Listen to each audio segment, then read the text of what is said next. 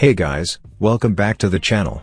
And today in this video, I'm gonna show how to shrink a partition and create another partition from it in Windows 11. If you're new to the channel, please make sure to subscribe, and now let's begin. Currently, I'm on Windows 11 and having only the Windows or C drive as a main partition. To shrink a partition on Windows 11, open Settings, then go to the System tab and then Storage tab. Here, expand the Advanced Storage settings, and go to Disks and Volumes.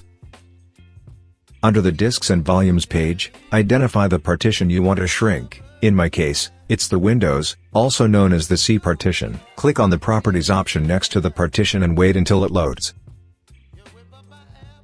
Now click on Change Size, and now enter the space you want to allocate for the current partition. Confirm a lower number than the current size to shrink the partition. For example, I want to allocate 500 GB to the Windows drive, so I'll simply do the maths and enter the value in MB.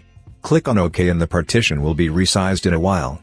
And here you can see the Windows partition has been shrunk. Previously the Windows partition size was 953 GB, and now it's 500 GB. Now, if you want to create partitions out of the unallocated partition, go back and then click on the Create Volume option, right after the unallocated partition, then click on the Create a Simple Volume option, and format it.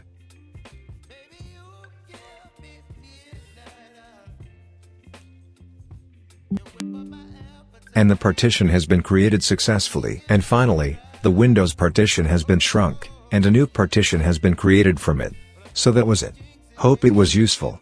Consider like for the video, subscribe to the channel, and if you have any questions, just comment down below. Thanks for watching and have a great day ahead.